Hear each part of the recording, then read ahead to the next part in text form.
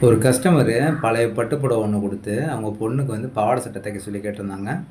கைக்கு வந்து பஃப்பு கேட்டிருந்தாங்க. அது லைட்டா இருக்கட்டும்னா, பார்க்கறக்கு நீட்டா இருக்க மாரி வச்சு குடுங்கன்னு சொல்லி கேட்டிருந்தாங்க. அவங்களுக்கு வந்து ரெடி பண்ணி குடுத்தேன். இது உங்களுக்கு ரொம்ப யூஸ்ஃபுல்லா இருக்கும்னு சொல்லி வீடியோவும் எடுத்து வச்சேன். இந்த பஃப்பு பார்த்தீங்கன்னா, பாவாடை சட்டைக்கு மட்டும் இல்ல, ப்ளவுஸுக்கும் வைக்கலாம். அதுலயும் பார்த்தீங்கன்னா, அத லைட்டா கேட்கறவங்களுக்கு லைட்டா வைக்கலாம். இல்ல வந்து பஃப் அதிகமா வேணுங்கிறவங்களுக்கு அதுவும் வைக்கலாம். பார்த்தீங்கன்னா, ஃப்ளாட்டா எனக்கு இருந்தா போதும். பஃப்பே தேவையில்ல. ஆனா பஃப் இருக்க மாரி ஃப்ளாட்டா வேணும் அப்படிங்கிறவங்களுக்கும் வைக்கலாம். இது உள்ள லைனிங் குடுத்து தைக்கிறது தான். ஆனா பார்த்தீங்கன்னா, தைக்கிறதுக்கு ரொம்ப ஈஸியாவும் இருக்கும். ரொம்ப அழகாவும் இருக்குங்க. ஒரு தடவ ட்ரை பண்ணி பாருங்க. ஸோ எல்லாருக்கும் ஒரு பெரிய ஹாய். நீங்க பார்த்துட்டு இருக்கிறது பி ஸ்டெப் சேனல். புதுசா பார்க்குறவங்களும் சேனலை சப்ஸ்கிரைப் பண்ணிக்கங்க. உங்க சப்போர்ட் தான் எனக்கு வேணும். நான் போடுற ஒவ்வொரு வீடியோவும் உங்களுக்கு யூஸ்ஃபுல்லா தான் இருக்க போகுது. வாங்க வீடியோக்குள்ள போலாம். கைக்கு லைனிங் கட் பண்ணி வச்சிருக்கேன் பாருங்க. கை நீளம் வந்து 7 இன்ச்சு கேட்டிருந்தாங்க. அப்ப 7 இன்ச்சுங்கும்போது தையலுக்கு வந்து ஒரு 1/2 இன்ச்சு மேல ஷோல்டர் பிடிக்கிறதுக்கு, அதெல்லாம் பார்த்தீங்கன்னா, கீழ மடிச்சு தச்சுக்கிறதுக்கு 1 இன்ச்சு விட்டுருங்க. அப்பதான் அந்த பஃப் வந்து கரெக்ட்டா வரும். பாருங்க, அதாவது கை நீளம் 7 இன்ச்சு. ஒரு 1/2 இன்ச்சு தையலுக்கு, அது இல்லாம 1 இன்ச்சு எக்ஸ்ட்ரா பார்த்தீங்கன்னா, கீழ மடிச்சு தச்சுக்கிறதுக்கு விட்டுருக்கேன். இப்ப இந்த பார்டர் வந்து ஃபுல்லாவே ஃபுல் பார்டரும் வேணும்னு சொல்லி கேட்டிருந்தாங்க. அந்த பார்டர் அளக்கும்போது பாருங்க, ஒரு 3 இன்ச்சு இருக்கு. அப்ப அந்த 3 இன்ச்சு வந்து பார்டர் நம்ம வைக்கிற மாரி இருக்கும். அதுக்கேத்த மாரி நம்ம வந்து அத ரெடி பண்ணிக்கலாம். இப்ப என்ன பண்ணணும்னா, அந்த 3 இன்ச்சு இருக்குங்களா, அந்த 3 இன்ச்ச நான் டேப் வைக்கிற மாரி இப்படியே வைங்க. இப்ப பாருங்க, 3 இன்ச்சு பார்டர் இருக்குங்களா, அதுலேருந்து ஒரு 3/4 இன்ச்சு சேர்த்து ஒரு மார்க் போட்டுக்கங்க. அதே மாரி மேல கொஞ்சம் தள்ளியும், அதே மாரி 3 1/2 + ஒரு 3/4 4 1/4 இன்ச்சுக்கு ஸ்ட்ரெயிட்டா ஒரு கோடு ஒண்ணு போட்டுக்கங்க. அப்படி கோடு போட்டுக்கங்க. அந்த 3/4 இன்ச் வைக்கிறோம் பார்த்தீங்களா, எக்ஸ்ட்ரா அது எதுக்கு அப்படின்னா, இப்ப பாருங்க 3 1/2 + 3/4 இன்ச் சேர்த்து வச்சிருக்கோம். அது இந்த பக்கமும், இந்த பக்கமும் பார்த்தீங்கன்னா, மடிச்சு தைக்கிறதுக்கு நமக்கு அது தேவைப்படும். இப்ப இந்த மாரி மார்க் போட்டு, அத வந்து அப்படியே வெட்டி எடுத்துருங்க.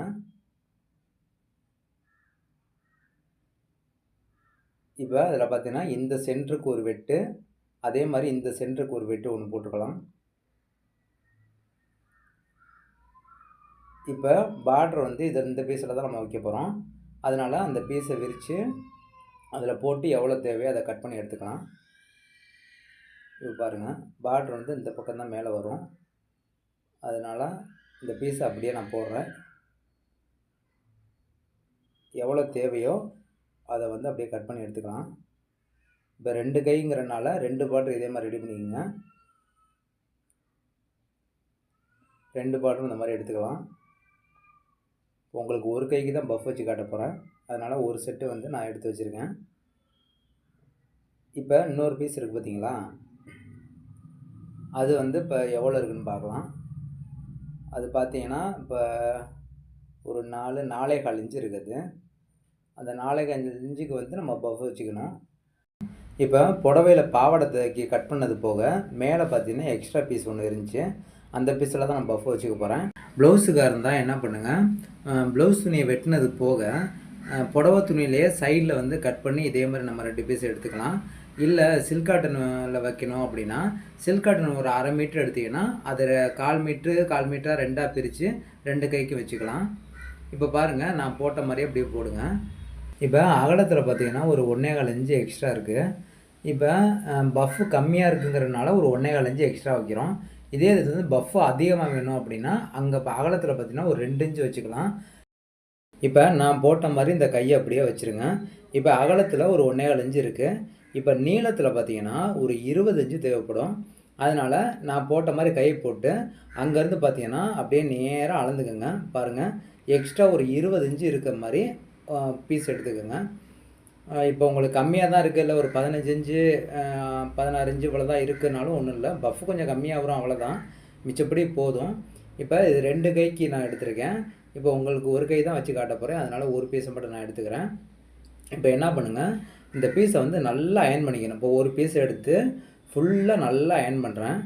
சுருக்கமே இல்லாத அளவுக்கு நல்லா அயர்ன் பண்ணிக்கங்க. இப்ப பார்த்தீங்கன்னா, மேலருந்து ஒரு 5 இன்ச்சுக்கு ஒரு மார்க் பண்ணுங்க. 5 இன்ச்சுக்கு மார்க் பண்ணுங்க. எதுக்குன்னா, அந்த 5 இன்ச்சுக்கு கீழ தான் நம்ம ஃபில்ட் வைக்க போறோம். இப்ப அதுக்கு என்ன பண்ணணும்னா, ஸ்கேல வச்சு ஸ்ட்ரெயிட்டா ஒரு கோடு போட்டுருங்க. நான் போடுற மாரி, இதே மாரி ஒரு கோடு ஒண்ணு போட்டுருங்க. போட்டு இப்போ என்ன பண்ணுங்கள், ஒரு அந்த கோட்டுக்கு கீழே ஒரு 1.25 இன்ச் அப்படி பிடிச்சி அந்த கோட்டு மேலே அப்படி தூக்கி வைங்க ஃபில்ட்டு. சரிங்களா? அடுத்து பார்த்தீங்கன்னா மறுபடியும் ஒரு 1.25 இன்ச் பிடிச்சி ஒரு 1/4 இன்ச் ஃபில்ட்டு தெரிகிற மாதிரி நான் வைக்கிற மாதிரியே அப்படியே வைங்க. ஒரு 3 பீஸ் இப்படி வச்சுட்டிங்களா, வச்சுட்டு என்ன பண்ணுங்கள், அதை அப்படியே இந்த விரலில் பிடிச்சிட்டு அப்படியே நல்லா அயன் பண்ணிடுங்க. அயன் பண்ணிட்டீங்கன்னா அது ஃபிட்டாக அப்படியே நின்றும். அதே மாதிரி பார்த்தீங்கன்னா மறுபடியும் ஒரு 3 ஃபில்ட் வைக்கலாம். இப்போ பாருங்கள், ஒரு 1.25 இன்ச்சுக்கு இந்த பாருங்கள், 1.25 இன்ச்சு அளவு உள்ளதை அப்படி தூக்கி ஒரு 1/4 இன்ச்சு தெரிகிற மாதிரி இப்படி ஃபில்ட் வைங்க. இந்த பாருங்கள், அதே மாதிரி இப்படி வைங்க. அதே மாதிரி 3 பீஸாக வைக்கலாம். 3 பீஸாக வச்சிங்கன்னா சிங்கிளாக வச்சுன்னா ரொம்ப லேட் ஆகும். 3 அப்படி பிடிச்சி நல்லா அயன் பண்ணிங்கன்னா அது பார்த்தீங்கன்னா நல்லா ஃபிட்டாக உட்காந்துரும். இப்போ இதே மாதிரி பார்த்தீங்கன்னா எல்லாத்துக்கும் வச்சுக்கலாம். பாருங்கள் வைக்கிறேன். இப்போ மேலே 5 இன்ச்சு விட்டோம் பார்த்தீங்களா, அதே மாதிரி இந்த ஃபில்ட் வச்சுக்கிட்டே வரும்போது கீழேயும் ஒரு 5 இன்ச்சு வந்து எக்ஸ்ட்ரா விட்டுறணும். பாருங்கள், இதே மாதிரி இப்படி வச்சுக்கிட்டே வாங்க. எப்போயுமே அயன் பண்ணுங்கள். இந்த இதை அயன் பண்ணிங்கன்னா உங்களுக்கு வந்து அந்த ஃபில்ட்டு நல்லா உட்காந்துடும், ரொம்ப அழகாகவே இருக்கும். இப்போ பாருங்கள், எக்ஸ்ட்ரா இருக்கிறது 6 இன்ச்சு இருக்குங்களா, இப்போ இன்னொரு ஃபில்ட்டு கூட வைக்கலாம். இன்னொரு ஃபில்ட்டு நான் அதே மாதிரி தூக்கி வைக்கிறேன். இப்போ பாருங்கள், நல்லா அப்படி அயன் பண்ணிவிட்டு அளந்து பார்க்கலாம். அயன் பண்ணால் பாருங்கள் அழகாக இருக்கும், பார்க்குறதுக்கு அழகாக இருக்கும். இப்போ அதை அளந்து பார்க்கலாம். பாருங்கள் 5 இன்ச்சு, அப்போ மேலே 5 இன்ச்சு கீழே 5 இன்ச்சு வந்துருச்சு. இப்போ நடுவில் வந்து ஃபில்ட் வந்துருச்சு. சரிங்களா? இப்போ வந்து அந்த லைனிங் பீஸ் இருக்குது பார்த்தீங்களா, அதை சென்டர் கணக்கு பண்ணாப்புல அப்படி போடுங்க. அதாவது அந்த நீளத்துக்கு வந்து கரெக்டாக வந்துருச்சா அப்படின்னு சொல்லி நம்ம பார்க்குறோம். கொஞ்சம் முன்ன பின்னா வரும். அப்படி வந்து அதாவது என்ன சொல்கிறது, ஃபில்ட் வச்சது வந்து கம்மியாக வந்துருச்சு அப்படின்னா இங்கிட்டு ஒரு ஃபில்ட்டும் அங்கிட்டு ஒரு ஃபில்ட்டும் எடுத்து விட்டு அயன் பண்ணிடுங்க. சரிங்களா? எவ்வளோ தேவையோ அந்தளவுக்கு ஃபில்ட்டை வச்சுட்டு நம்ம எடுத்துக்கலாம். அதே மாதிரி பார்த்தீங்கன்னா இந்த பக்கம் தான் ஃபில்ட் வச்சோங்கிறதுக்காக ஒரு மார்க் போட்டுக்கோங்க. ஏன்னா தைக்கும்போது சப்போஸ் இந்த பீஸை பிரட்டிட்டிங்கன்னா கன்ஃபியூஸ் ஆயிரும். அதனால் இந்த மாதிரி மார்க் ஒன்று போட்டுட்டு இப்படி எடுத்துக்கோங்க. இப்போ என்ன பண்ணுறோம், இப்போ நம்ம வச்ச ஃபில்ட்டு மேலேயே அழகாக அப்படி தையல் போட போகிறோம். சரிங்களா? அது எப்படி போடுறேங்கிறத பாருங்கள். இந்த மாதிரி இந்த ஃபில்ட் அப்படி எடுத்து வச்சு அப்படியே தையல் போடுங்க.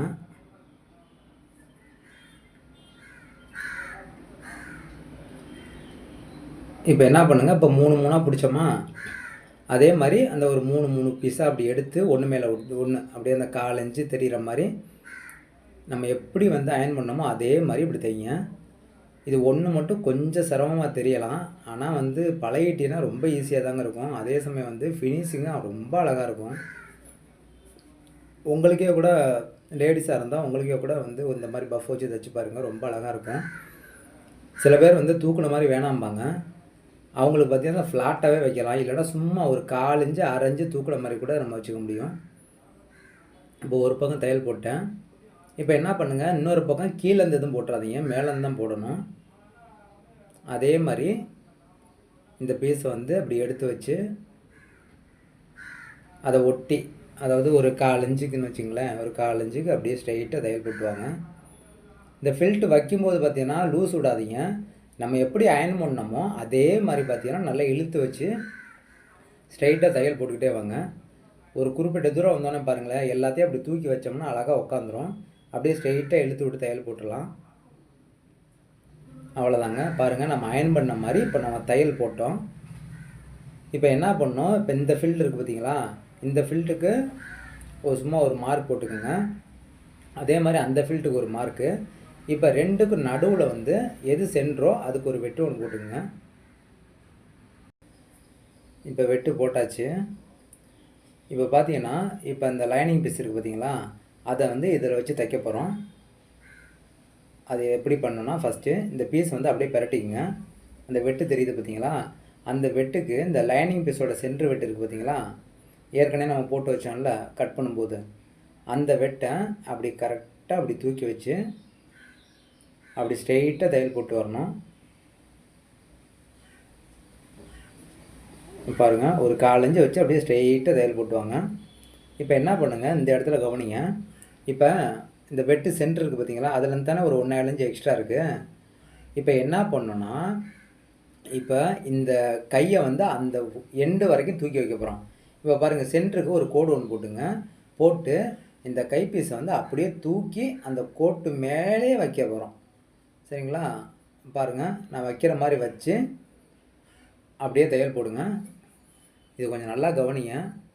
இப்போ இந்த லைனிங் பீஸை நம்ம வந்து மேலே தையல் போடும்போது இந்த ஃபில்டர்லாம் இருக்குது பார்த்தீங்களா, அதை கரெக்டாக உள்ளே தள்ளி விட்டால் தான் நச்சுன்னு அழகாக வந்து உட்காரும். ஃபஸ்ட்டு கொஞ்சம் சிரமமாக இருக்கும். நீங்கள் பாருங்கள், அதை தள்ளி விட்டால் இப்போ நான் வைக்கும்போதே உங்களுக்கு தெரியும். சில பேர்த்துக்கு கொஞ்சம் லூஸ் விழுந்தாலும் விழுகும். நீங்கள் கரெக்டாக ஃபில்ட்டை வச்சு உள்ளே தள்ளி விட்டீங்கன்னா அழகாக வந்து உட்காந்துரும். இப்போ இதுக்கு பார்த்தீங்கன்னா தையல் மேலேருந்து கூட போடலாம். இந்த பாருங்கள், அப்படி வச்சு ஸ்ட்ரைட்டாக அப்படி போட்டு வாங்க. போட்டு வரும்போது அந்த ஃபில்ட்டு இருக்க இடத்துல கொஞ்சம் அந்த ஃபில்ட்டெல்லாம் அட்ஜஸ்ட் பண்ணிங்கன்னா இது வந்து சுருக்கம் இல்லாமல் அழகாக வந்து உட்காந்துரும். இந்த பாருங்கள், இந்த இடத்துல இப்படி தான் வரும். என்னடா அப்படி வருதுன்னு நினைக்காதீங்க. ஏன்னா சென்டரில் மட்டும் நம்ம தூக்கி வச்சிட்டோம். சைடில் பார்த்தீங்கன்னா இந்த மாதிரி கொஞ்சம் ஒரு மாதிரி வரும். அப்படியே வச்சு அப்படியே தையல் போட்டுருங்க. ஒரு தடவை தைச்சிட்டிங்கன்னா அதுக்கப்புறம் பார்த்தீங்கன்னா ரொம்ப ஈஸியாகவே இருக்கும் உங்களுக்கு. அவ்வளோதாங்க. இப்போ இந்த எக்ஸ்ட்ரா இருக்க பீஸை வெட்டிக்கலாம். அதுக்கு முன்னாடி பார்த்தீங்கன்னா ஃபில்ட்டு கரெக்டாக வச்சுருக்கோமா அப்படின்னு ஒரு தடவை திரும்பி பார்த்துக்குங்க. பார்த்துக்கிட்டு இந்த மாதிரி எக்ஸ்ட்ரா இருக்க பீஸை வந்து அப்படியே கட் பண்ணி எடுத்துக்கோங்க.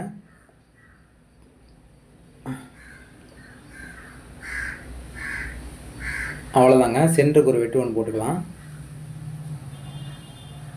இந்த பக்கமும் பார்த்தீங்கன்னா கொஞ்சம் எக்ஸ்ட்ரா இருக்கும், அதையும் வந்து வெட்டி எடுத்துக்கலாம்.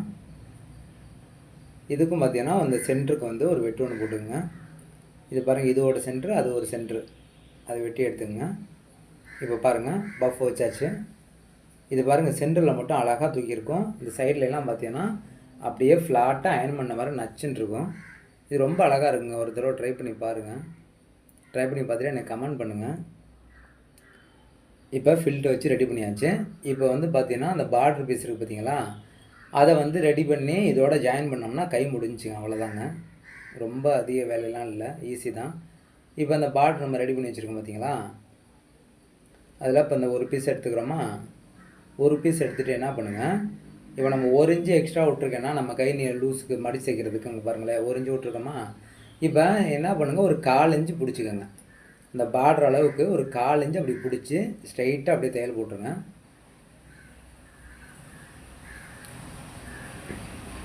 நான் லூஸ் வச்ச மார்க் பக்கம் தான் தையல் போடுறேன், சரிங்களா? இந்த பக்கம் தான் தையல் போட்டுறாதீங்க. அப்படியே நம்ம கை அப்படியே அடித்து பெரட்டுவோமோ அதே மாதிரி தான், அதை ஞாபகத்தில் வச்சுட்டு செய்யுங்க.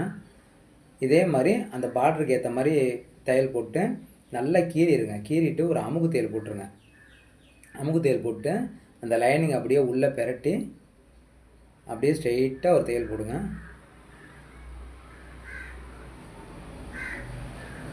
அவ்வளோதான். இப்போ பார்த்தீங்கன்னா கீழே இருக்குது பார்த்தீங்களா, கீழே வந்து நீங்கள் அப்படியே ஃபுல்லாக தையல் போட்டுக்கலாம். ஒரு 1/4 இன்ச்சுக்கு பிடிக்கிற மாதிரி அப்படியே ஃபுல்லாக பிடிங்க. இப்போ சுற்றி இருக்கிறத வந்து எக்ஸ்ட்ரா இருக்க பீஸெல்லாம் வந்து கட் பண்ணி எடுத்துருங்க. இப்போ இதோட சென்டர் இருக்கும் பார்த்தீங்களா, அதுக்கும் வந்து ஒரு வெட்டு போட்டுங்க. வெட்டு போட்டு என்ன பண்ணுங்கள், அதை அப்படியே தூக்கி அந்த சென்டரும் இந்த சென்டரும் ஒன்றா இருக்க மாதிரி வச்சு மேலேருந்து அப்படி ஸ்ட்ரெயிட்டாக தையல் போட போகிறீங்க. அவ்வளோதான். இது வந்து ஒரு 1/2 இன்ச்சுக்கு பிடிச்சிக்கோங்க.